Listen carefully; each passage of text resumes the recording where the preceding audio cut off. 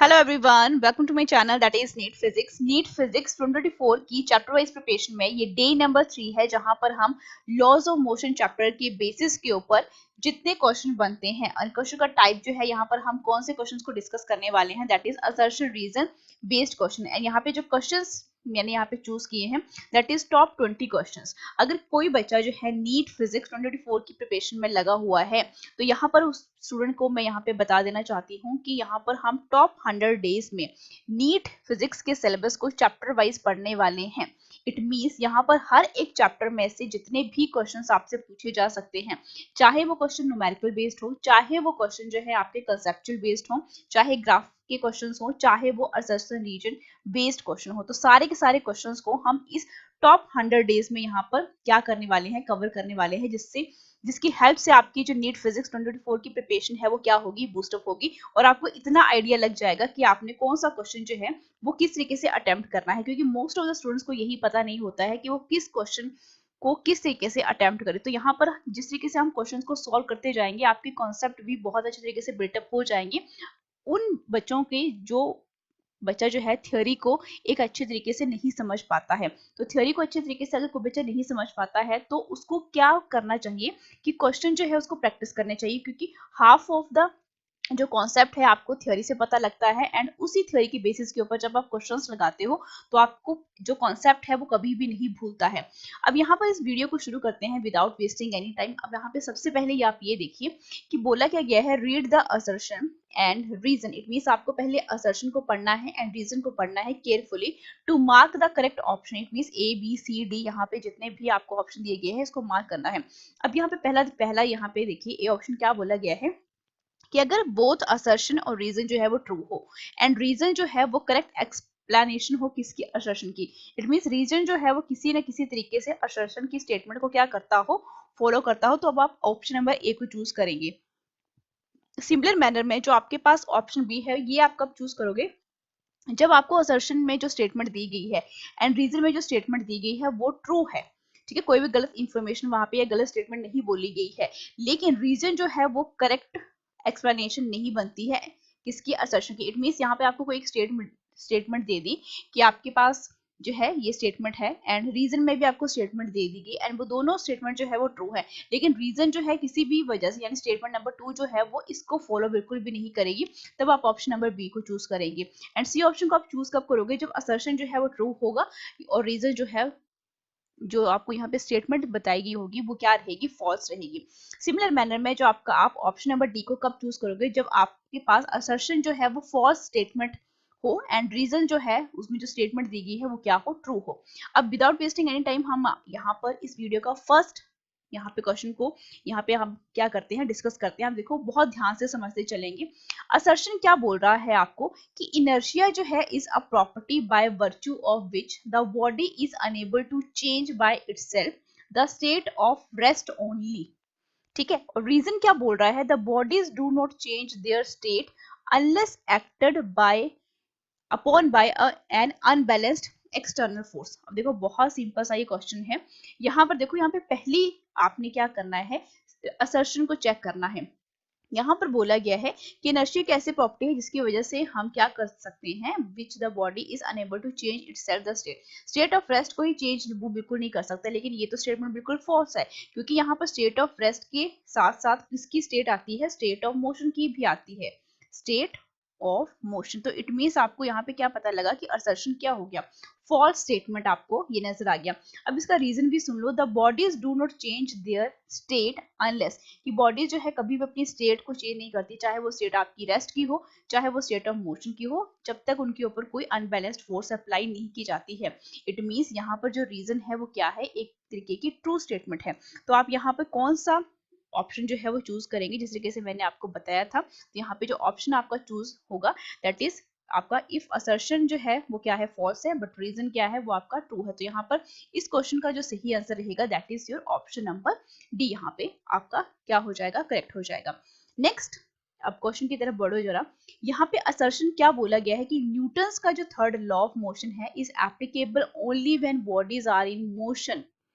तो आप खुद ये समझ के देखो कि यहाँ पर न्यूटन्स के थर्ड लॉ ऑफ मोशन की बात हो रही है।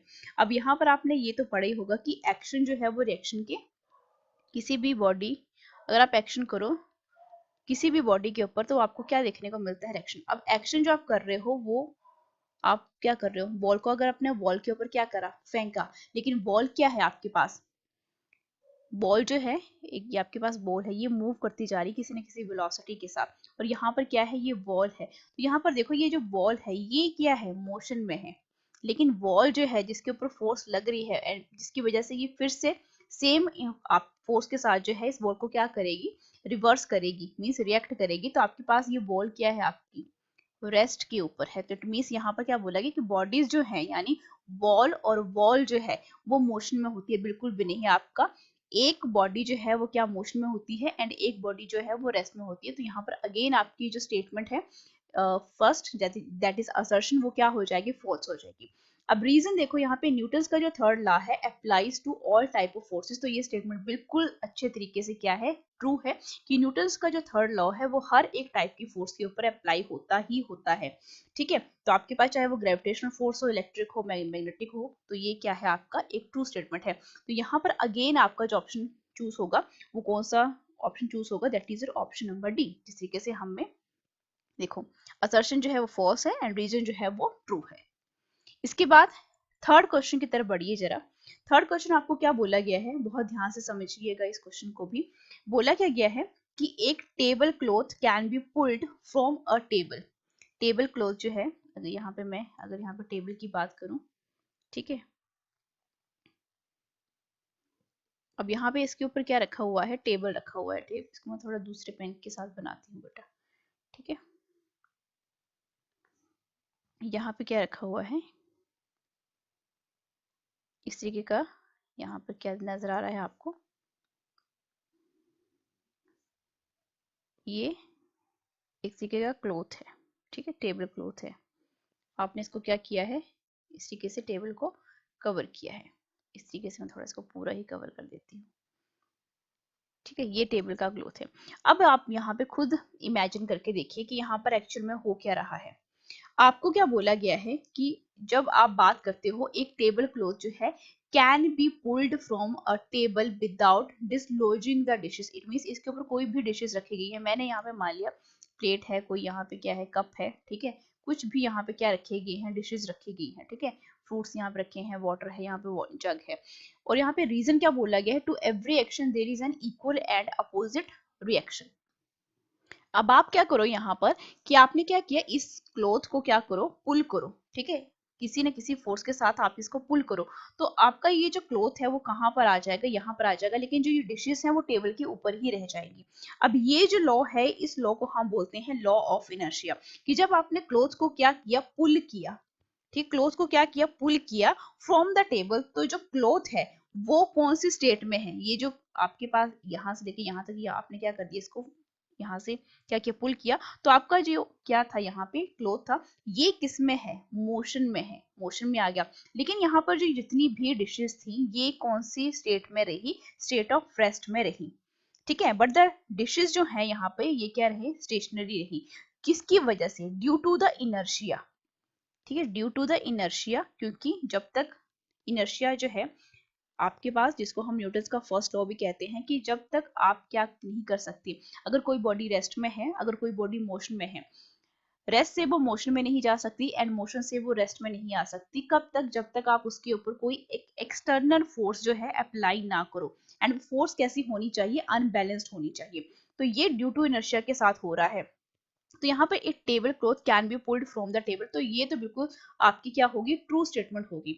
अब देखो यहाँ पे रीजन देखो, to every action there is an equal and opposite reaction, तो ये भी स्टेटमेंट जो है न्यूटन्स के थर्ड लॉ के अकॉर्डिंग दी जाती है कि एवरी एक्शन जो है वहां पे हमें क्या देखने को मिलता है, इक्वल एंड अपोजिट रिएक्शन देखने को मिलता है। तो ये दोनों स्टेटमेंट जो है वो ट्रू आ गई। तो यहाँ पर क्या इसकी वजह से, अब देखो जब दोनों स्टेटमेंट ट्रू आ गई तो हमें क्या देखना है कि क्या रीजन की मदद से हम असर्शन को क्या कर सकते हैं, इसको बता सकते हैं? बिल्कुल भी नहीं, क्योंकि यहाँ पे न्यूटन्स का थर्ड लॉ यूज हो रहा है एंड यहाँ पर ड्यू टू इनर्शिया वाला, इट मींस यहाँ पे न्यूटन्स का जो है फर्स्ट लॉ यूज हो रहा है, तो दोनों लॉ जो है वो बिल्कुल डिफरेंट है। तो इट मींस यहाँ पर कौन सा ऑप्शन चूज हो जाएगा कि स्टेटमेंट नंबर आपका असर्शन भी सही है, रीजन भी सही है, लेकिन रीजन जो है वो करेक्ट एक्सप्लेनेशन नहीं है किसकी असर्शन की, जो कि बेटा कहाँ पे नजर आ रहा था आपके ऑप्शन नंबर बी में। तो यहाँ पर आपका कौन सा ऑप्शन सही हो जाएगा? Option number B. ठीक है, यहाँ पर आपका ऑप्शन नंबर कौन सा होगा? बी। अब नेक्स्ट क्वेश्चन की तरफ हम बढ़ते हैं। यहाँ पे देखो नेक्स्ट क्वेश्चन आपको क्या बोला गया है कि एक बॉडी को subjected to 3 concurrent forces can not be in equilibrium. बहुत ध्यान से समझना है इस क्वेश्चन को कि आपको यहाँ पे बोला क्या गया है। आपको यहाँ पर बोला गया है कि जब कभी भी बॉडी को आप सब्जेक्ट करते हो to the 3 concurrent forces can not be, वो जो आपके पास जो है वो बॉडी जो है वो किस में नहीं हो सकती है? इक्विलिब्रियम पोजीशन में नहीं हो सकती है। एंड रीजन आपको क्या बोलता है? If large number of concurrent forces acting on the same point then the point will be in equilibrium if sum of all the forces is equal to 0। अब इसके एक्सप्लेनेशन भी हम जानते हैं। सबसे पहले आप आ जाओ जरा यहाँ पर, आपने असर्शन के ऊपर बोला कि गया है जब बॉडी को आपने सब्जेक्ट किया 3 कंकरेंट फोर्सेस के ऊपर, तो वो जो है इक्विलिब्रियम में नहीं आ सकती है।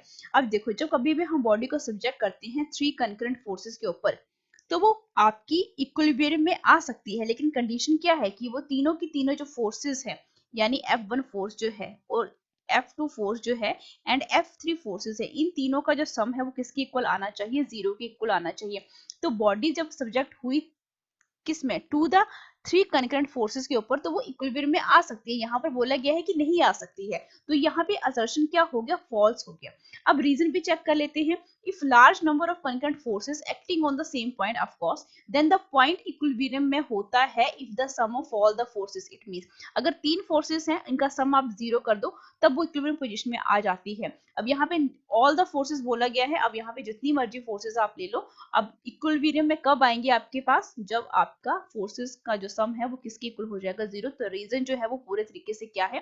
ट्रू स्टेटमेंट है। और असर्शन क्या है? फॉल्स है। तो यहाँ पर असर्शन फॉल्स है एंड रीजन क्या है? यहाँ पे ट्रू है। तो यहाँ पर आपका कौन सा ऑप्शन सही हो जाएगा कि असर्शन जो है वो फॉल्स है एंड रीजन जो है वो ट्रू है?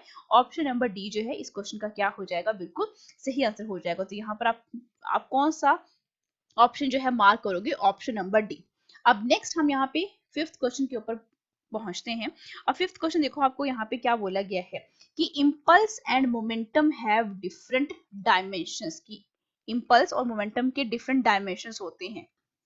तो ये तो स्टेटमेंट आपके पास क्या आ रही है? फॉल्स आ रही है। क्यों फॉल्स आ रही है? इम्पल्स क्या होता है? अगर आप सिंपल अगर आपने लॉज ऑफ मोशन चैप्टर पढ़ भी लिया है तो इम्पल्स का मतलब ही क्या होता है? Change in momentum.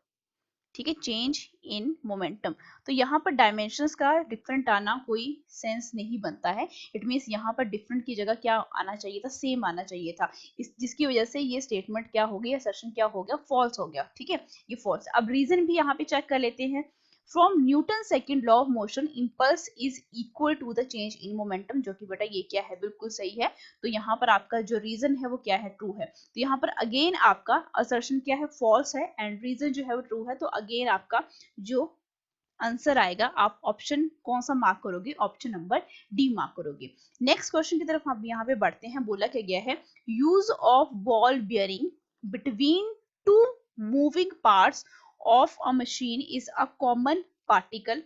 अब देखो बॉल बियरिंग का यहाँ पे क्या हुआ है? जिक्र हुआ है। तो बॉल बियरिंग अगर आपने क्या पढ़ा है? फ्रिक्शन वाला चैप्टर पढ़ा है। तो बॉल बियरिंग का जो यूज है वो किस लिए होता है? Reduce the friction between the moving parts of the क्या? मशीन। इतना तो आप सभी जानती हो। ठीक है, तो ये क्या है? कॉमन पार्टिकल है। तो ये स्टेटमेंट जो है वो क्या है? बिल्कुल तरीके से ट्रू है। ठीक है, अब यहाँ पे देखो रीजन क्या बोला गया है? Ball bearings reduce vibrations and provide good stability. तो ये तो बेटा बिल्कुल भी सही स्टेटमेंट नहीं है, क्योंकि ये फॉल्स स्टेटमेंट है। अब ये भी समझ लो क्यों है। बॉल बियरिंग का यूज जो है वो फ्रिक्शन को रिड्यूस करने के लिए होता है, लेकिन यहाँ पर जो आपका स्लाइडिंग फ्रिक्शन है उसको कन्वर्ट कर दिया जाता है किसमें? रोलिंग फ्रिक्शन में। क्योंकि आप ये भी जानते हैं कि रोलिंग फ्रिक्शन जो है वो क्या होता है? स्लाइडिंग फ्रिक्शन से कम रहता है। इसलिए हम क्या करते हैं? बॉल बियरिंग का यूज करते हैं। तो यहाँ पर मैं ये भी लिख देती हूँ कि आपका जो स्लाइडिंग फ्रिक्शन है, ठीक है, उसको हम कन्वर्ट कर देते हैं किसमें, रोलिंग फ्रिक्शन में। क्यों? क्योंकि आपका जो रोलिंग फ्रिक्शन है वो क्या होता है, लेस देन होता है आपका किससे, आपके स्लाइडिंग फ्रिक्शन से। ये स्टेटमेंट जो है, इस तरीके के क्वेश्चन जो है वो नीट का पेपर सेट करने वालों के बहुत फेवरेट होते हैं। ठीक है, तो इस क्वेश्चन का जो सही आंसर हो जाएगा कि असर्शन जो है वो ट्रू है लेकिन रीजन जो है वो फॉल्स है। तो हम यहाँ पे चेक कर लेते हैं, हमें जो स्टेटमेंट यहाँ पे दी गई थी कि आपका असर्शन ट्रू है लेकिन रीजन जो है फॉल्स है, यानी ऑप्शन नंबर यहाँ पर आप कौन सा फिलअप करोगे अपनी OMR शीट में, दैट इज सी, यहाँ पर क्या हो जाएगा, आपका सही आंसर हो जाएगा। नेक्स्ट अब हम यहाँ पे देखो चेक करते हैं असर्शन। बोला क्या गया है, for a body resting on a rough horizontal table, means rough horizontal क्या है, टेबल है। रफ हॉरिजॉन्टल यहाँ पर क्या है, कोई टेबल है। It is easier to pull at an angle than push at the same angle to cause motion. अब देखो यहाँ पर बोला क्या गया है कि आपके पास क्या है, तो ये तो बेटा बिल्कुल स्टेटमेंट, आप क्या करो, इसको पुल करो। ठीक है, इसको पुल करो किसी भी एंगल के साथ, यहाँ से आप पुल करते चलो। ठीक है, यहाँ पर क्या, ये फोर्स आप इस तरीके से लगा रहे हो, तो एक फोर्स बेटा क्या लगती है, यहाँ पे एंगल बन रहा है तो ये एफ कॉस थीटा है, और यहाँ पर ये जो फोर्स है that is F sine of theta. तो बॉडी को पुल करना जो है वो काफी ज्यादा इजी होता है, ये तो आप सभी जानते हो, क्योंकि जो आपकी फ्रिक्शनल फोर्स है वो इंक्रीजेस होती है जब आप बॉडी को क्या करते हो, पुश करते हो। ठीक है, अब यहाँ पर देखो कि अब आपके पास रीजन जो है, यहाँ पे इसको भी चेक कर लेते हैं। एक बॉडी जो है स्लाइडिंग डाउन हो रही है down a rough inclined plane, मतलब यहाँ से लेके यहाँ तक, ये भी स्टेटमेंट आप चेक कर लो। यहाँ पे ये स्लाइडिंग डाउन हो रही है, प्लेन ऑफ इंक्लाइनेशन, यहाँ पे आपका एंगल कुछ भी हो सकता है, is equal to the angle of friction has non zero acceleration. ध्यान से समझते चलो, आपको यहाँ पर बोला क्या क्या है। देखो, जो नॉर्मल फोर्स है जो इसके ऊपर एक्ट करेगी इस तरीके से, और यहाँ पे इसका क्या है, वेट है, और यहाँ पर बेटा क्या है, यहाँ पे theta, M G cos of theta, यहाँ पर क्या आ जाएगा, M G sine of theta. ठीक है, नीचे की तरफ स्लाइड हो रही है तो फ्रिक्शन फोर्स बेटा कहाँ लगती है, अपोजिट डायरेक्शन में लगती है। ठीक है, अब यहाँ पर देखो कि इंक्लाइन स्लाइड डाउन हो रही है तो वहां पे एंगल आपको कौन सा देखने को मिल रहा है, नीचे की तरफ आ रही है, तो आप एंगल कौन सा लोगे यहाँ पे, that is M G cos of theta. लेकिन आपका जो कंपोनेंट है along the inclined plane, along the inclined plane वो क्या है आपके पास, angle M G sine of theta. तो आप यहाँ पर क्या मुझे बता सकते हो कि जो एंगल ऑफ फ्रिक्शन है विच इज इक्विवेलेंट टू किसके इक्वल आता है, वो टेंजेंट ऑफ थीटा। ये स्टेटमेंट आपने जरूर पढ़ी होगी, ये फॉर्मूला जो है वो जरूर पढ़ा होगा।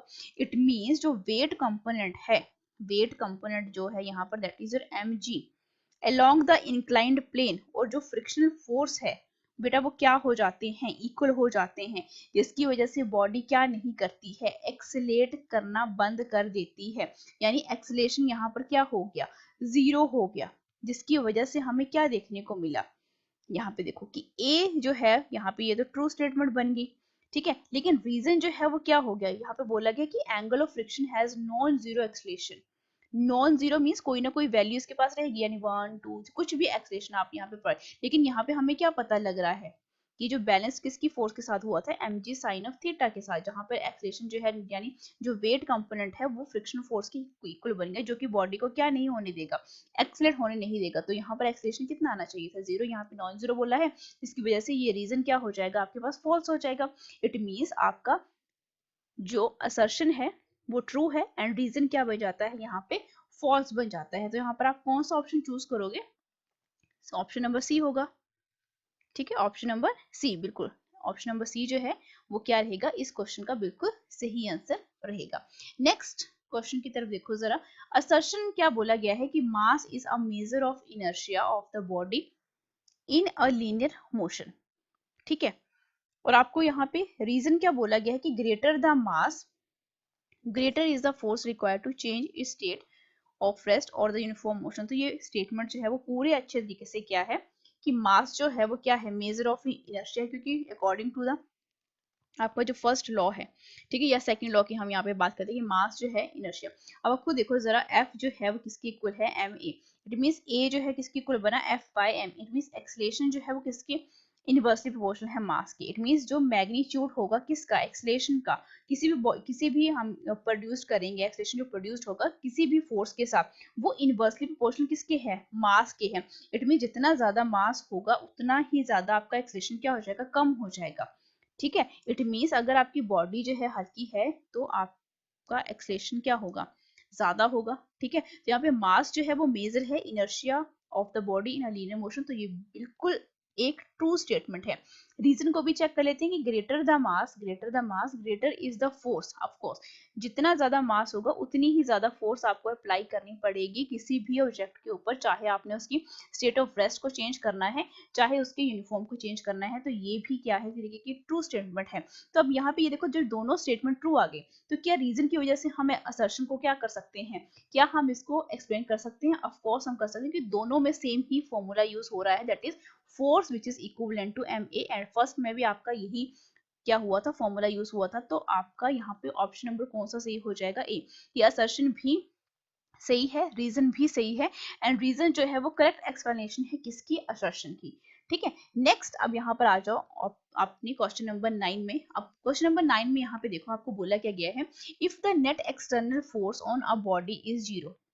If the net external force जो है वो क्या हो जाती है, जीरो हो जाती है, then its acceleration is zero, means force क्या होगी, जीरो होगी। तो फोर्स बेटा क्या होती है आपके पास, दैट इज एम ए। तो एक्सेलरेशन भी क्या हो जाता है, जीरो हो जाता है। ऑफकोर्स ये जीरो होगी तो ये भी जीरो होगा, तो ये क्या है आपके पास, ट्रू स्टेटमेंट है। अब यहाँ पर बोला गया कि असर्शन जो है वो does not depend on the force, कि आप सॉरी एक्सेलरेशन जो है वो डिपेंड नहीं करता है फोर्स के ऊपर। तो ये तो बिल्कुल क्या है, गलत बात है। तो इट मींस असर्शन जो है वो क्या हुआ आपका, ट्रू हुआ, एंड रीजन क्या हुआ आपके पास, फॉल्स हुआ। तो यहाँ पर आपका ऑप्शन नंबर कौन सा सही चूज हो जाएगा, that is option number C, true and false. True and false, obvious सी बात है, यहाँ पे ऑप्शन नंबर जो सी है वो क्या हो जाता है, बिल्कुल सही हो जाता है। ऑप्शन नंबर यहाँ पर आप कौन सा पिक करोगे, option number C. Next question की तरफ हम यहाँ पे बढ़ते हैं। नेक्स्ट क्वेश्चन आपको क्या बोला गया है, अब देखो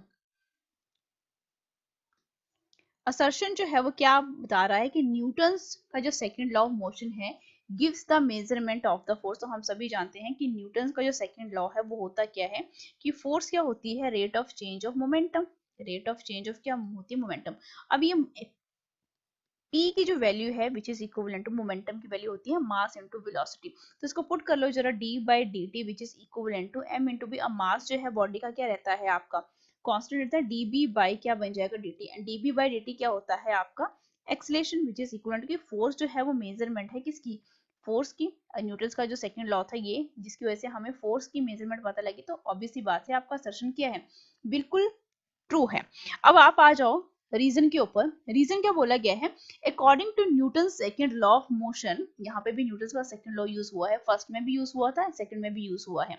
force is directly proportional to the rate of change of momentum. तो ये तो यही वाली स्टेटमेंट है, तो ये भी क्या हुआ, ट्रू हुआ। तो इट मींस आप अब दोनों स्टेटमेंट जो है ट्रू आ गई, इट मींस आप रीजन की मदद से इसको क्या कर सकते हो, एक्सप्लेन कर सकते हो, क्योंकि दोनों स्टेटमेंट में सेम फॉर्मूला जो है वो यूज हुआ है। अगर किसी बच्चे को कंफ्यूजन है कि असर्शन एंड रीजन में जो आपके पास दोनों स्टेटमेंट, अब आप देखो कि रीजन जो है वो इसका क्या होना चाहिए, अगर सेम फॉर्मूला यूज हो रहा हो असर्शन में भी एंड रीजन में भी, इट मींस वो आप हमेशा ऑप्शन नंबर कौन सा चूज करोगे, क्योंकि यहाँ पे दोनों स्टेटमेंट क्या रहेंगी आपके पास, ट्रू ही रहेंगी। ठीक है, तो जब दोनों ट्रू आ जाते हैं आपके पास, तो आपने ये देखना होता है कि रीजन की मदद से आप असर्शन को क्या कर सकते हो, एक्सप्लेन कर सकते हो, तो या नहीं कर सकते। ऑफ कोर्स रीजन में यहाँ पे ये वाला फॉर्मूला यूज हुआ है, ठीक है, यही बोला गया है, एंड इसी की मदद से आप इसको क्या कर सकते हो, आगे एक्सप्लेन कर सकते हो। ठीक है, अगर फॉर्मूला जो है दोनों, अगर स्टेटमेंट ट्रू है लेकिन फॉर्मूला जो है वो क्या है, डिफरेंट है, तब आपका ऑप्शन नंबर कौन सा चूज होता है बेटा, बी। इट मींस असर्शन भी सही है, रीजन भी सही है, लेकिन बी की मदद से यानी रीजन की मदद से आप असर्शन को फॉलो बिल्कुल भी नहीं कर सकते हैं। क्यों, क्योंकि वहां पे फॉर्मूला जो है वो डिफरेंट डिफरेंट होते हैं। ठीक है, अब यहाँ पे नेक्स्ट क्वेश्चन की तरफ आ जाइए। यहाँ पे बोला क्या गया है कि force is required to move a body uniformly along a circle, और रीजन क्या बोला गया है, when the motion is uniform acceleration क्या हो जाता है बेटा, बिल्कुल जीरो हो जाता है। अब आइए देखिए हम यहाँ पे क्या करेंगे, पूरी तरीके से इसको समझेंगे। अब मैं यहाँ पर आपको क्या बताना चाहती हूँ कि फोर्स रिक्वायर्ड हो रही है यूनिफॉर्मली अलोंग अ सर्कल। तो सबसे पहले आप ये देखिए कि जब कभी भी बॉडी जो है सर्कल में होती है, ठीक है, बॉडी मूव कर रही है किसी भी सर्कल में जिसका रेडियस मैंने मान लिया ये आर है, ठीक है, यूनिफॉर्मली जो है ये मूव करती है। तो यहाँ पर आप एक बात तो सभी जानते हैं कि स्पीड जो है वो क्या रहती है आपकी, कांस्टेंट रहती है, ठीक है, लेकिन वेलोसिटी जो है वो क्या होती जाती है आपकी, चेंज होती रहती है। वेलोसिटी क्या करती है बेटा, आपकी चेंज होती रहती है।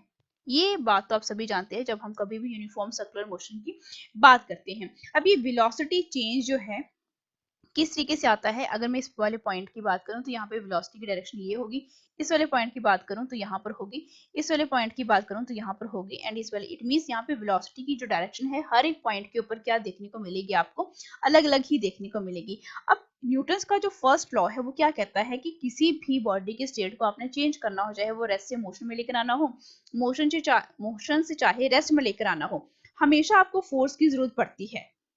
तो यहाँ पर भी देखो कि यहाँ पर भी ये किसी न किसी वेलोसिटी के साथ जाएगी तो सही, यहाँ पर भी जाएगी, लेकिन अगर वेलोसिटी जो है वो क्या हो रही है, आपकी चेंज हो रही है, जिसकी वजह से आपका क्या, आपकी फोर्स भी यहाँ पे किसी न किसी फोर्स के साथ ही जानी चाहिए, ठीक है। अभी किसी न किसी फोर्स के साथ, इनमें कोई ना कोई फोर्स आपको चाहिए ही चाहिए होती है। अब हम बात कर लेते हैं इस सर्कुलर मोशन की, जो डायरेक्शन है किसकी, वेलोसिटी ऑफ द बॉडी जो कि चेंज हो रही है, जिसकी वजह से एक्सलेशन जो है कभी भी यहाँ पर आपको जीरो देखने को नहीं मिलता है, क्योंकि कॉन्टिन्यूसली ये क्या होती रहती है, मूव करती रहती है। जब हम बात करते हैं सर्कुलर मोशन की, तो वहां पर आपके पास एक्सलेशन आपको जीरो देखने को नहीं मिलता है, कब तक, जब तक आपकी वेलोसिटी जो है वो चेंज होती जा रही हो। तो यहाँ पर फर्स्ट जो असर्शन है ये तो आपको क्या देखने को मिला कि ट्रू है, कि हाँ फोर्स रिक्वायर्ड हमें होती ही होती है जब बॉडी, चाहे वो हमने स्टेट से मोशन में जाना हो, रेस्ट से मोशन में जाना हो, या मोशन से रेस्ट में आना हो। एंड सेम यही मेथड जो है आपका यूनिफॉर्म सर्कुलर मोशन में भी अप्लाई होता है, क्योंकि आप बॉडी को किस तरीके से मूव करोगे, किसी न किसी वेलोसिटी के साथ, कोई ना कोई वेलोसिटी प्रोवाइड करोगे, चाहे वो वेलोसिटी कम हो चाहे वो ज्यादा हो, लेकिन आपको क्या चाहिए होता है, किसी बॉडी को मूव करवाने के लिए आपको फोर्स की जरूरत पड़ती है। अब रीजन यहाँ पे ये देखो कि जब बॉडी जो है, व्हेन द मोशन जो है यूनिफॉर्म है, तो एक्सेलेरेशन क्या हो जाता है, जीरो हो जाता है। जीरो बेटा मैंने अभी बताया, जीरो कब होगा, जब आपकी वेलोसिटी जो है वो चेंज हो रही होती है, ठीक है। लेकिन जब यूनिफॉर्म मोशन की हम बात करते हैं तो एक्सेलरेशन जो है वो जीरो बिल्कुल भी नहीं होता है जब हम रेक्टिलिनियर मोशन की बात करते हैं। इट मींस ये रीजन जो है ये भी क्या है, ठीक है, कि ट्रू स्टेटमेंट ही है कि जब मोशन जो है यूनिफॉर्म है, मोशन मतलब ये वाला मोशन पूरा यूनिफॉर्म सर्कुलर मोशन की यहाँ पे बात हो रही है, तो एक्सेलरेशन जो है वो क्या है, यहाँ पे जीरो हो जाता है। क्यों, क्योंकि यहाँ पे आपके पास जो वेलोसिटी है वो चेंज हो रही होती है, सॉरी मैंने उल्टा बोल दिया है, यहाँ पे जो आपका यूनिफॉर्म जो एक्सेलरेशन है, जब हम रेक्टिलिनियर मोशन की बात करते हैं, ठीक है, वहां पर आपका जो एक्सेलरेशन है वो आपको जीरो देखने को मिलता है, लेकिन सर्कुलर मोशन में आपका एक्सेलरेशन जो है वो कभी भी जीरो आपको नहीं देखने को मिलता है, क्योंकि वेलोसिटी जो है वो कंटिन्यूसली क्या हो रही है, चेंज हो रही है। लेकिन यहाँ पे बोला क्या गया है, when the motion is uniform, लेकिन मोशन को यहाँ पे क्या नहीं बोला गया है, कोई डिफाइन नहीं किया गया है, तो यहाँ पर हम सिंपल क्या बोल सकते हैं कि रेक्टिलिनियर मोशन में, तो ये स्टेटमेंट भी एक तरीके से क्या शो कर रही है आपको, ट्रू स्टेटमेंट ही शो कर रही है, क्योंकि यहाँ पे हम मोशन जो है किस टाइप का ले सकते हैं, रेक्टिलिनियर मोशन हम यहाँ पे बात कर सकते हैं, तो ये भी सही है और ये भी सही है। अब देखो जब दोनों ट्रू स्टेटमेंट आपको यहाँ पे देखने को मिल गई, तो क्या मैं रीजन की मदद से एक्सर्शन को क्या कर सकती हूँ, एक्सप्लेन कर सकती हूँ, बिल्कुल भी नहीं, क्योंकि यहाँ पर हमने रेक्टिलिनियर मोशन की बात की है, एंड यहाँ पर बात बेटा किसकी हो रही है, यूनिफॉर्म सर्कुलर मोशन की बात हो रही है, ठीक है, यानी दो अलग कॉन्सेप्ट की बात हो रही है। दैट मींस यहाँ पर इसका ऑप्शन जो सही होगा that is option number B सही हो जाएगा। नेक्स्ट क्वेश्चन की हम यहाँ पे बात कर लेते हैं, क्वेश्चन नंबर 12 की। बोला क्या गया है, इफ टू ऑब्जेक्ट, आपके पास क्या है, दो ऑब्जेक्ट आपको बोले गए हैं of different masses have same momentum, the lighter body possesses great velocity. तो ये हम सभी जानते हैं कि आपके पास जब हम कभी भी इस कॉन्सेप्ट की बेटा बात करते हैं तो आपने ये देखा ही होगा कि डेफिनेशन जो मोमेंटम की है वो क्या, हम P which is equivalent to mv। अब यहाँ पे P जो है क्या बोला गया है कि आपके जो डिफरेंट मासेस है have the same momentum, same momentum है, मींस इसको हम क्या रखेंगे, कांस्टेंट रखेंगे, और जब ये कांस्टेंट हो गया तो mv भी क्या हो जाएगा बेटा, कांस्टेंट, ठीक है, mv कांस्टेंट हो गया, इट मींस मुझे वेलोसिटी क्या देखने को मिली कि वो इनवर्सली प्रोपोर्शनल किसकी होगी, मास की। अगर मास जो है क्या है, कम है, इट मींस लाइटर बॉडी है, तो क्या यहाँ पे बात निकल कर आई कि वेलोसिटी क्या होगी, उसकी ज्यादा होगी, तो ये स्टेटमेंट जो है वो क्या है, पूरे तरीके से ट्रू है। अब रीजन जो देखो यहाँ पर क्या बोला गया, for all bodies momentum always remain same, तो ये तो क्या है, बिल्कुल एक तरीके की फॉल्स स्टेटमेंट है, क्योंकि हर एक बॉडी के पास क्या होता है, डिफरेंट डिफरेंट मोमेंटम आप देखने को मिलता है, किस वजह से ये जो है आपके पास, ठीक है। तो यहाँ पे आपका असर्शन जो है वो क्या है, ट्रू है, एंड रीजन क्या हो जाता है आपके पास, फॉल्स हो जाता है, ठीक है। तो यहाँ पर आपके पास कौन सा ऑप्शन सही हो जाएगा, that is true and false वाला। हम पीछे जाते हैं, ट्रू एंड फॉल्स बेटा कहाँ पे देखने को मिल रहा था आपको, true and false, option number C जो है इस क्वेश्चन का क्या हो जाता है, बिल्कुल सही आंसर हो जाता है, ठीक है। इसको सी मार्क करोगे बेटा आप इसको। 13 क्वेश्चन देखो जरा, यहाँ पर क्या बोला गया है कि जो एरोप्लेन्स हैं always fly at low altitude. अब देखो जो विंग्स हैं किसके, एरोप्लेन के, अगर मैं यहाँ पे एरोप्लेन अगर बनाऊं भी, ठीक है, इस तरीके से बना लेते हैं, ठीक है, इस तरीके से बना लिया, ठीक है, इस तरीके से ये प्लेन है, ठीक है।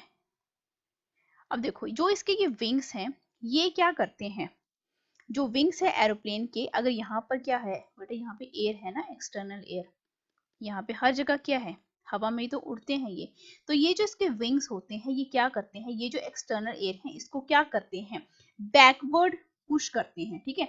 मतलब यहाँ से आएगा तो इसको इस तरफ मूव कर देंगे, ठीक है। यहाँ पर अगर एयर इस तरीके से आ रही है तो ये विंग्स क्या करेंगे, इस एयर को इस डायरेक्शन में, मतलब पीछे की तरफ जो है वो मूव करते हैं, जिसकी वजह से एरोप्लेन जो है वो आगे की डायरेक्शन में क्या होता जाता है, मूव होता रहता है, ठीक है। अब यहाँ पे बात हो रही है लो अल्टीट्यूड की। लो अल्टीट्यूड का बेटा बोलने का मतलब यहाँ पर क्या है कि यहाँ पे डेंसिटी क्या होगी, हाई होगी, ठीक है। अब डेंसिटी हाई होने की वजह से एरोप्लेन को क्या मिला, सफिशिएंट फोर्स मिल गई, ठीक है, क्योंकि जितनी ज्यादा डेंसिटी होगी, ठीक है, उतनी ज्यादा ये क्या करेगा, पुश करेगा एयर को, ठीक है, जिसकी वजह से उसको और क्या मिलेगी, और फोर्स मिलेगी। क्यों, क्योंकि ये विंग्स जो हैं ये क्या कर रहे हैं, एक्शन अप्लाई कर रहे हैं, ठीक है, सॉरी, आपकी जो एयर है वो क्या एक्शन अप्लाई कर रहे हैं, एंड विंग्स क्या कर रहे हैं, रिएक्ट कर रहे हैं। तो यहाँ पे एक्शन एंड रिएक्शन, एक्शन जो है फिर क्या हमें देखने को मिल रहा है, इक्वल एंड अपोजिट एक्शन देखने को मिल रहा है, इसकी वजह से आपका एरोप्लेन जो है वो फ्लाई हाई करते हैं जब आपका अल्टीट्यूड क्या हो, लो हो। क्यों, क्योंकि वहां पे आपकी डेंसिटी क्या हो जाती है, हाई हो जाती है। तो ये असर्शन जो है वो पूरी तरीके से क्या है, ट्रू स्टेटमेंट है। अब रीजन की तरफ आ जाओ, according to Newton's third law of motion for every action there is an equal and opposite action. तो ये स्टेटमेंट तो हम सभी जानते हैं कि ट्रू है। तो यहाँ पे देखो, यहाँ पर क्या रीजन की वजह से, मतलब दोनों स्टेटमेंट जब ट्रू आ गई तो हम ये चेक करते हैं कि रीजन की वजह से क्या हम असर्शन को क्या कर सकते हैं, वेरीफाई कर सकते हैं या नहीं कर सकते हैं, फॉलो करता है या नहीं करता है। रीजन किसी तरीके से असर्शन को फॉलो करता है या नहीं करता है, तो ऑब्वियस सी बात है यहाँ पर भी ये प्लेन्स के जो विंग्स थे एंड एयर थी, इन दोनों के बीच में भी एक्शन एंड रिएक्शन हमें देखने को मिल रहा था, जो कि बेटा क्या है, न्यूटन्स का थर्ड लॉ ही है। इट मींस यहाँ पे भी सेम कॉन्सेप्ट यूज हुआ है, एंड यहाँ पर भी आपके पास जो रीजन बोला गया था वो क्या है, पूरी तरीके से फॉलो करता है। तो इट मींस यहाँ पे ऑप्शन नंबर ए जो है वो क्या हो जाता है, इस क्वेश्चन का बिल्कुल सही आंसर हो जाता है। नेक्स्ट क्वेश्चन की तरफ आप आ जाओ जरा। 14 क्वेश्चन है, अब यहाँ पर बोला क्या गया है, no force is required by the body to remain in any state। कोई भी फोर्स नहीं चाहिए होती है हमें किसी भी बॉडी, तो ये तो बेटा बिल्कुल क्या है, फॉल्स स्टेटमेंट है, ठीक है। हमें जो है, सॉरी 1 सेकेंड, 1 सेकेंड बेटा, 1 सेकेंड, ये क्वेश्चन नंबर बेटा कौन सा है, 30, हाँ 13 के बाद बेटा 14, ठीक है।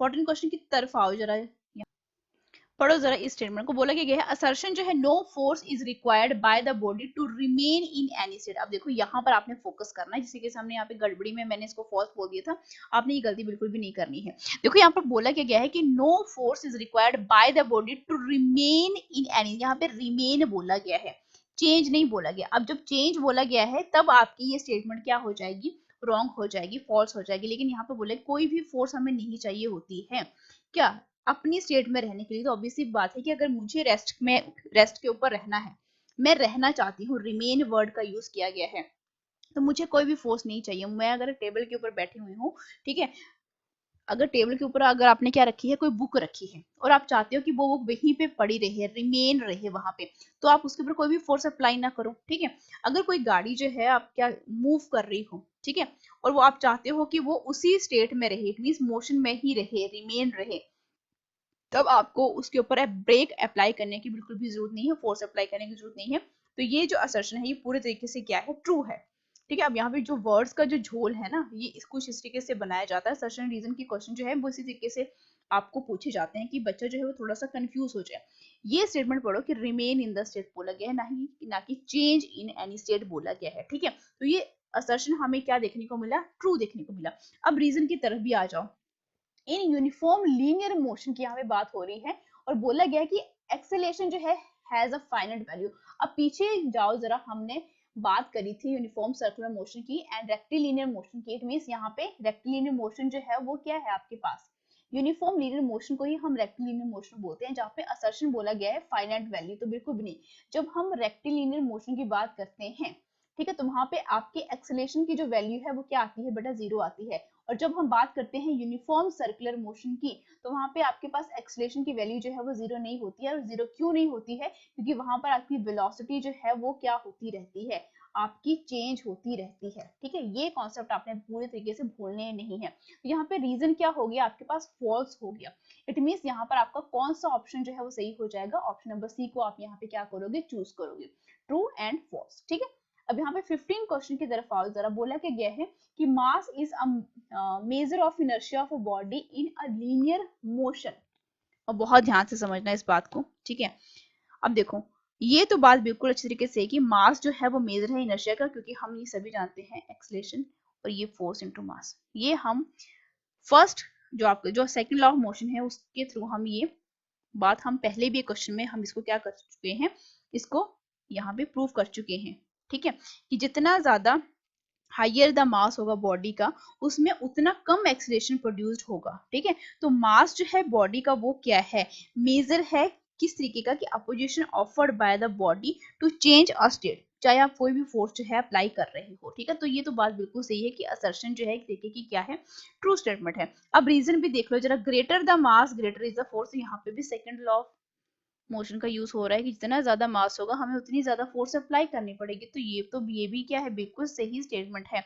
इट मींस क्या, अब यहाँ पे देखो दोनों स्टेटमेंट जब ट्रू आ गई तो हमें क्या चेक करना पड़ता है कि क्या रीजन की मदद से हम असर्शन को फॉलो कर सकते हैं, कि रीजन असर्शन को फॉलो करता है या नहीं करता है। तो रीजन जो है क्या असर्शन को वेरीफाई कर सकता है, तो ऑब्वियसली बात है यहाँ पे सेम फॉर्मूला का यूज हुआ है, तो बिना आंखें बंद करके ही आपने क्या कर देना है, ऑप्शन नंबर 1 को मार्क कर देना है, जब सेम कॉन्सेप्ट की बात हो रही हो, सेम फॉर्मूला की बात हो रही हो। ठीक है, अगर डिफरेंट फॉर्मूलाज यूज हो रहे हैं तब आप ऑप्शन नंबर बी की तरफ जाइए, लेकिन दोनों स्टेटमेंट क्या होनी चाहिए, ट्रू होनी चाहिए। अब 16 क्वेश्चन के ऊपर आ जा रहा हूं। Slope of momentum versus time curves gives us the acceleration. Slope किसकी, मोमेंटम वर्सेस टाइम। मोमेंटम बेटा वर्सेस टाइम, एक तरफ आपका टाइम है और एक तरफ क्या है आपके पास मोमेंटम है। अब इसकी जो स्लोप है, बोला गया है कि ये हमें एक्सेलरेशन प्रोवाइड करती है। कॉन्सेप्ट को बेटा यहाँ पे यूज करो। स्लोप किसकी, फोर्स सॉरी आपके मोमेंटम एंड किसकी बेटा, टाइम की। आपकी कोई भी स्लोप, आप ये इस तरीके से भी, तो ये बेटा ये जो स्लोप होगी, ठीक है, ये स्लोप होगी, यानी स्लोप को बेटा मैं कैसे लिख सकती हूँ, dp बाई dt लिख सकती हूँ। अब हम सभी जानते हैं कि dp p क्या है बेटा, मोमेंटम है, मास इनटू वेलोसिटी, जो कि बेटा हमें क्या देगा, m db बाई क्या dt, mass into acceleration. It means ये क्या दे रहे हैं, हमें फोर्स दे रहा है, लेकिन यहाँ पर क्या बोला गया है कि ये हमें एक्सेलरेशन देता है। तो ये क्या है, बिल्कुल एक तरीके की फॉल्स स्टेटमेंट है। हमें ये स्लोप जो है मोमेंटम वर्सेस टाइम ग्राफ, वो हमें हमेशा क्या देता है, फोर्स देता है, ना कि आपका एक्सेलरेशन। रीजन की तरफ आज बोला गया है कि एक्सेलरेशन जो है is given by the rate of change of momentum, आपको यहाँ पर बोला गया है। तो आप खुद देखो, rate of change of momentum जो है वो हमें क्या प्रोवाइड कर रहा है, स्लोप ऑफ द मोमेंटम। तो ये भी क्या हो गया आपके पास, एक तरीके की आपको क्या देखने को, acceleration rate of change of momentum. तो आप ये भी क्या है एक तरीके की, हम देख लो acceleration rate of change of momentum, p जो है mv, ठीक है, rate of change of momentum, rate of change of momentum that is dp by dt, और ये p की वैल्यू होती है mv। तो यहाँ पे बेटा ये आपको क्या कर रहा है, फोर्स अप्लाई करो, तो ये भी आपके पास क्या आ गई, फोर्स स्टेटमेंट आ गई। तो ऐसा कोई भी ऑप्शन नहीं है जहां पर आपको क्या देखने को मिले, दोनों फॉल्स स्टेटमेंट आपको यहाँ पर क्या बोली गई है, इस तरीके से आपको यहाँ पे नजर आ रही हैं। तो क्या कहीं पर भी हमें इस तरीके का ऑप्शन है कि यहाँ पर आपको असर्शन एंड रीजन जो है वो दोनों फॉल्स है, तो बिल्कुल भी नहीं है, ऐसा कोई भी ऑप्शन नहीं होता है। तो इस क्वेश्चन को आप क्या कर सकते हो, इसको आप ऐसे ही रहने दो, ठीक है, क्योंकि यहाँ पे दोनों स्टेटमेंट क्या आ रही है, फॉल्स आ रही है, ठीक है। अगर क्वेश्चन में, अगर आपके एग्जामिनेशन में कुछ इस तरीके का क्वेश्चन अगर आपको देखने को मिल भी जाता है, तब भी उसका आपको बोनस पॉइंट हमेशा ही मिलता है, ठीक है। तो ये क्वेश्चन किस टाइप में जाएगा, आपके बोनस पॉइंट में जाएगा, ठीक है। नेक्स्ट क्वेश्चन जो है 17th क्वेश्चन की तरफ आओ जरा। बोला गया है linear momentum of a body changes even when it is moving uniformly in a circle. देखो क्या बोल रहा है ये। अब बात यहाँ पर आ गई बेटा किसकी, सर्कल की बात हो रही है। तो यहाँ पे कॉन्सेप्ट को बिल्कुल एक डायग्राम की मदद से समझो कि बॉडी जो है बेटा सर्कल में जा रही है, जिसका रेडियस मैंने मान लिया। और अब हम सभी जानते हैं कि यहाँ पर आपके पास जो स्पीड होती है, जब हम यूनिफॉर्म सर्कुलर मोशन की बात कर रहे हैं, ठीक है, सर्कल की बात हो रही है, तो स्पीड यहाँ पर क्या रहती है बेटा, कांस्टेंट रहती है, ठीक है। स्पीड को कांस्टेंट रखा, लेकिन यहाँ पे वेलोसिटी क्या हो जाती है आपकी, चेंज हो जाती है। यानी हर एक पॉइंट के ऊपर आपको वेलोसिटी जो है वो अलग अलग ही देखने को मिलेगी, जिस तरीके से जो कि आपकी, जिस तरीके से आपकी डायरेक्शन चेंज होती है, तो आपकी वेलोसिटी भी क्या होती रहती है, चेंज होती रहती है। अब ध्यान से समझो जरा इस बात को। यहाँ पे बात हुई है लीनियर मोमेंटम की। अब लीनियर मोमेंटम p के थ्रू दिया जाता है, जिसका फॉर्मूला क्या है, मास इनटू वेलोसिटी। अगर ये वेलोसिटी जो है बेटा क्या हो रही है, सर्कल में चेंज हो रही है, हमने अभी यही पढ़ा ना कि वेलोसिटी जो है वो क्या हो रही है, सर्कल में चेंज हो रही है। अब ये डायरेक्टली प्रोपोर्शनल है, इसकी वजह से आपका मोमेंटम भी क्या होता जाएगा, सर्कल में चेंज होता जाएगा। तो ये स्टेटमेंट आपको क्या मिली, ट्रू मिली। अब रीजन की तरफ आ जाओ। बोला क्या गया है, force required to move a body uniformly along a straight line is zero. जब हम स्ट्रेट लाइन की बेटा यहाँ पर बात करते हैं, मतलब बॉडी जो है वो स्ट्रेट लाइन में जा रही है। तो जब कोई भी बॉडी जो है, मैंने ये मान लिया इस तरीके से स्ट्रेट लाइन में जा रही है, ठीक है, तो यहाँ पर आपके पास क्या होता है, वेलोसिटी क्या रहती है, कांस्टेंट, क्योंकि एक ही कांस्टेंट वेलोसिटी के साथ जो है आप मूव करते जाते हो, ठीक है। तो यहाँ पर वेलोसिटी अगर कांस्टेंट आ गई, तो dv बाई dt जो है बेटा क्या हो गया, अगर वेलोसिटी जो है ये क्या है, कांस्टेंट है, इट मींस एक्सेलरेशन जो है वो क्या आ गया, जीरो, क्योंकि हम सभी जानते हैं कि एक्सेलरेशन क्या होता है, dv बाई dt। जब वेलोसिटी ही क्या है आपके पास, कांस्टेंट है, तो ये क्या बन जाएगा, किसी भी क्वांटिटी का जब हम डिफरेंशिएशन करते हैं तो बेटा वो क्या आता है, जीरो। तो कांस्टेंट क्वांटिटी का हम क्या कर रहे हैं, वेलोसिटी क्या है, कांस्टेंट, कांस्टेंट क्वांटिटी का हमने डिफरेंशिएट किया है, जिसकी वजह से हमें क्या वैल्यू मिली, जीरो एक्सेलरेशन की। तो यहाँ पे एक्सेलरेशन क्या हो गया, जीरो हो गया, ठीक है। तो यहाँ पे force required to move a body uniformly along a straight line क्या बोला गया है कि जीरो होती है। अब एक्सेलरेशन ही जब यहाँ पे क्या हो गया, जीरो हो गया, तो फोर्स बेटा किसकी इक्वल होती है, mass into acceleration. It means इसकी वैल्यू बेटा जीरो पुट कर दो, तो फोर्स भी क्या आ गई, जीरो। इट मींस ये स्टेटमेंट भी क्या है, पूरे तरीके से ट्रू है। अब दोनों स्टेटमेंट अगर आपको ट्रू देखने को मिलती है, तो आपने क्या करना है, मैंने आपको यही बताया कि आप ये चेक करो कि क्या रीजन जो है किसी ना किसी तरीके से असर्शन को फॉलो करता है या नहीं करता है, या रीजन की मदद से हम असर्शन को वेरीफाई कर सकते हैं या नहीं कर सकते हैं। तो यहाँ पर ध्यान देखो, यहाँ पर रीजन जो है, यहाँ पर बात हुई है किसकी, स्ट्रेट लाइन की, और यहाँ पे असर्शन में बात हो रही थी सर्कल की। दो डिफरेंट कॉन्सेप्ट यूज हुए हैं। यहाँ पे मोमेंटम यूज हुआ है। पहला कॉन्सेप्ट तो यहाँ पे स्ट्रेट लाइन है और दूसरी तरफ सर्कल है, यहाँ से आप बिल्कुल टिक मार्क कर सकते हो। दूसरा अगर आपको फिर भी समझ में नहीं आ रहा है, तो सेकंड भी आप चेक कर सकते हैं कि यहाँ पे फॉर्मूला की तरफ जाओ जरा। यहाँ पे फॉर्मूला बेटा एम मोमेंटम का यूज हुआ है, यहाँ पे बेटा फॉर्मूला जो है वो अलग यूज हुआ है, ठीक है। तो यहाँ पर आप रीजन की मदद से असर्शन को क्या नहीं कर सकते हो, वेरीफाई नहीं कर सकते हो, ठीक है। तो यहाँ पर ऑप्शन नंबर जो है कौन सा चूज करोगे आप, बी, यहाँ पर क्या हो जाएगा, बिल्कुल सही हो जाएगा। अब 18th क्वेश्चन के ऊपर आओ जरा। 18th क्वेश्चन आपको क्या बोलता है यहाँ पे कि एक बुलेट जो है फायर्ड हो रही है किसी न किसी राइफल से। A bullet is fired from a rifle. If the rifle requires freely, the kinetic energy of the rifle is more than that of the bullet. अब देखो, आपके पास कोई भी राइफल है, ठीक है, अगर ये मैंने बेटा क्या मान ली, कोई राइफल मान ली, ठीक है, ये बेटा मैंने क्या मानी को, अब इस राइफल से बेटा आप क्या कर रहे हो, किसी बुलेट को बेटा फायर कर रहे हो, ठीक है। इफ द अब ये क्या करेगा, law of conservation of energy बेटा क्या करता है, जब यहाँ से क्या निकल गई, बुलेट निकल गई, और बेटा ये क्या है, राइफल है, तो ये राइफल क्या करता है, थोड़ा सा बैकवर्ड मूव करता है, ठीक है। अब यहाँ पर बोला क्या गया है कि जो काइनेटिक एनर्जी है राइफल की वो ज्यादा होगी बुलेट की। तो इस कॉन्सेप्ट के ऊपर आ जरा। Law of conservation of linear momentum का यहाँ पर क्या हो रहा है, यूज हो रहा है। जब कोई भी, अब देखो law of conservation of linear momentum, अब आप अगर फर्स्ट चैप्टर अगर किसी को याद होगा, जब हमने क्या किए थे, कंजर्वेशन के लॉज हम पढ़ रहे थे। तो law of conservation of linear momentum कब होल्ड करता है? जब एक्सटर्नल फोर्सेस बेटा क्या हो, जीरो हो। ठीक है, जब कोई भी एक्सटर्नल फोर्स जो है एक्ट नहीं करती है, उसी कंडीशन में आपका law of conservation of linear momentum क्या करता है, करेक्ट होता है। जब बुलेट जो है फायर होगी किससे, राइफल से, तो दोनों के पास जो है इक्वल मोमेंटम होना चाहिए। ठीक है, बुलेट के पास भी एंड राइफल के पास भी। तो बुलेट का जो मोमेंटम है मैं स्मॉल एम बी मान लेती हूँ एंड राइफल का बेटा मैं कैपिटल एम बी मान लेती हूँ। लेकिन यहाँ पे जो काइनेटिक एनर्जी है वो क्या रहेंगी, डिफरेंट डिफरेंट रहेगी। इट मीन्स काइनेटिक एनर्जी 1 मान लिया और इसकी मैंने काइनेटिक एनर्जी क्या मान लिया, 2 मान लिया। इट मीन्स ये दोनों क्या है, डिफरेंट है।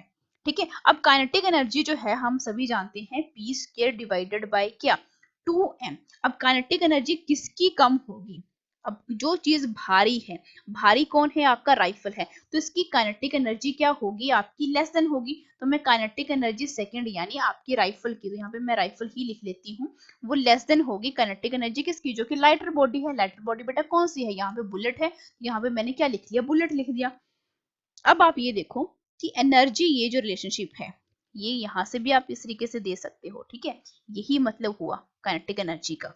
ठीक है, अब यहाँ पर बोला क्या गया है कि काइनेटिक एनर्जी राइफल की वो ज्यादा होगी बुलेट से, तो यहाँ पर हमें यही तो हमने प्रूफ किया कि ये स्टेटमेंट जो है वो क्या है, एक तरीके की फॉल्स है।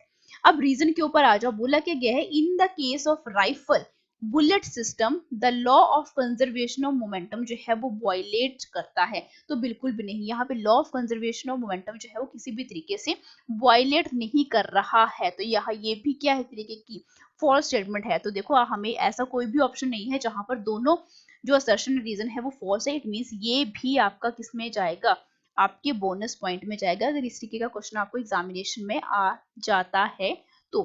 ठीक है, अब यहाँ पर देखो नेक्स्ट क्वेश्चन की हम यहाँ पे बात कर लेते हैं, 19 क्वेश्चन, और उसके बाद हमारा 20th क्वेश्चन लास्ट क्वेश्चन है।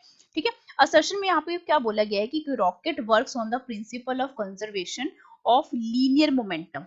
तो देखो ये बात तो बिल्कुल सही है, हम सभी जानते हैं ये ट्रू स्टेटमेंट है, बिकॉज रॉकेट जो आपका प्रोपल्शन है वो law of conservation of linear momentum के ऊपर ही क्या करता है, मूव करता है। क्योंकि जिस तरीके से फ्यूल होता है रॉकेट में, ठीक है, जब कंबशन होता है तो गैसेस जो प्रोड्यूस होती हैं वो रॉकेट की बॉडी को छोड़ देती हैं विद लार्ज वेलोसिटी। ठीक है, जो वही गैसेस जो हैं जो पीछे छूटती जाती हैं वही क्या करती हैं, ठीक है, ये जो रॉकेट है आपके पास, ठीक है, इसी का रॉकेट है, ठीक है, और यहाँ पर जो भी गैसेस जो है इस तरीके से निकलती जाती हैं, यही गैसेस जो है काफी वेलोसिटी के साथ निकलती है। ये वेलोसिटी जो है इसको क्या प्रोवाइड करती है, एक तरीके का अपथ्रस्ट प्रोवाइड करती है, जिसकी वजह से रॉकेट जो है वो अपवर्ड मोशन में जाता है। ठीक है, अब फ्यूल जो है वो बर्न हो रहा है कांस्टेंट रेट से, तो rate of change of momentum जो है रॉकेट का क्या रहता है बेटा, कांस्टेंट रहता है, जिसकी वजह से हम क्या बोल सकते हैं, law of conservation of linear momentum. ठीक है, अब देखो यहाँ पर ये स्टेटमेंट आगे ट्रू। अब सेकंड रीजन की तरफ जाओ जरा, यहाँ पे बोल क्या रहा है, whenever there is a change in momentum of one body, the same change occurs in the momentum of the second body of the same system but in opposite direction। तो ये बिल्कुल सही है, हमने अभी पढ़ा। अब देखो चेंज किस में आया था, जो फ्यूल था, फ्यूल क्या होता चला गया, जलता गया। ठीक है, जो आपके यहाँ पे गैसेस जितनी भी प्रोड्यूस हुई थी, ठीक है, यहाँ पे जो आपके पास फ्यूल है, ठीक है, फ्यूल जो है कंबशन जब प्रोसेस हुई तो फ्यूल जो है आपके पास जो रॉकेट में है, ठीक है, गैसेस जो भी प्रोड्यूस्ड होती हैं वो इस रॉकेट की बॉडी को छोड़ के मतलब नीचे की तरफ जा रही हैं, ये वेलोसिटी v के साथ। ठीक है, अब यही जो है आपकी जो वेलोसिटी जो है इस रॉकेट को क्या प्रोवाइड करती है, अपथ्रस्ट, जिसकी वजह से ये ऊपर की तरफ जाता है। ठीक है, अगर आपका समझते चलो फ्यूल जो है वो बर्न हो रहा है कांस्टेंट रेट के साथ, तो जो रेट है चेंज ऑफ मोमेंटम रॉकेट का वो कांस्टेंट हो जाएगा। जितने रेट से यहाँ पर आपकी गैसेस जो है वो क्या होती जाएंगी, यहाँ पे इवॉल्व होती जाएगी, उतने ही कांस्टेंट का रेट जो है फर्क कहाँ पे पड़ेगा, यहाँ पे। ठीक है, तो जिस तरीके से ज्यादा फ्यूल जो है वो जलता जाता है तो मास ऑफ द रॉकेट जो है वो धीरे धीरे क्या होता जाएगा बेटा, डिक्रीज होगा, इंक्रीज होगा। ऑब्वियस सी बात है, जो मास है किसका, रॉकेट का, वो क्या होता जाएगा, डिक्रीज होता जाएगा। डिक्रीज क्यों हुआ, क्योंकि यहाँ पे जो अंदर फ्यूल है वो क्या हो रहा है, जल रहा है। जब वो घट रहा है तो आपका जो इसका मास है वो भी क्या होगा, घटता जाएगा। जो कि बेटा क्या करेगा, मास घटने की वजह से यहाँ पे जो वेलोसिटी होगी रॉकेट की वो और ज्यादा क्या होती जाएगी, इंक्रीज होती जाएगी। तो ये स्टेटमेंट भी क्या आ रही है, पूरे तरीके से ट्रू आ रही है। इट मीन्स यहाँ पे असर्शन भी ट्रू है, रीजन भी ट्रू है। अब क्या रीजन की मदद से क्या हम असर्शन को क्या कर सकते हैं, वेरीफाई कर सकते हैं, ऑफ कोर्स। जब चेंज इन मोमेंटम होता है किसी एक बॉडी में, लेकिन सिस्टम क्या होना चाहिए, सेम सिस्टम होना चाहिए, तो उतना ही चेंज जो है हमें सेकंड बॉडी में देखने को मिलता है, चेंज इन मोमेंटम, लेकिन किस में, अपोजिट डायरेक्शन में, ठीक है, एक इस तरफ होगा और एक अपवर्ड डायरेक्शन में, बैकवर्ड, फॉरवर्ड, या बेटा अपवर्ड या आपका डाउनवर्ड, ठीक है। तो ये आप रीजन की मदद से असर्शन को क्या कर सकते हो, पूरे अच्छे तरीके से क्या कर सकते हो, एक्सप्लेन कर सकते हो, क्योंकि यहाँ पे भी लॉ ऑफ कंजर्वेशन का यूज हो रहा है एंड यहाँ पर भी लॉ ऑफ कंजर्वेशन का ही कॉन्सेप्ट यूज हुआ है। तो यहाँ पर आप ऑप्शन नंबर कौन सा चूज करोगे, ऑप्शन नंबर ए।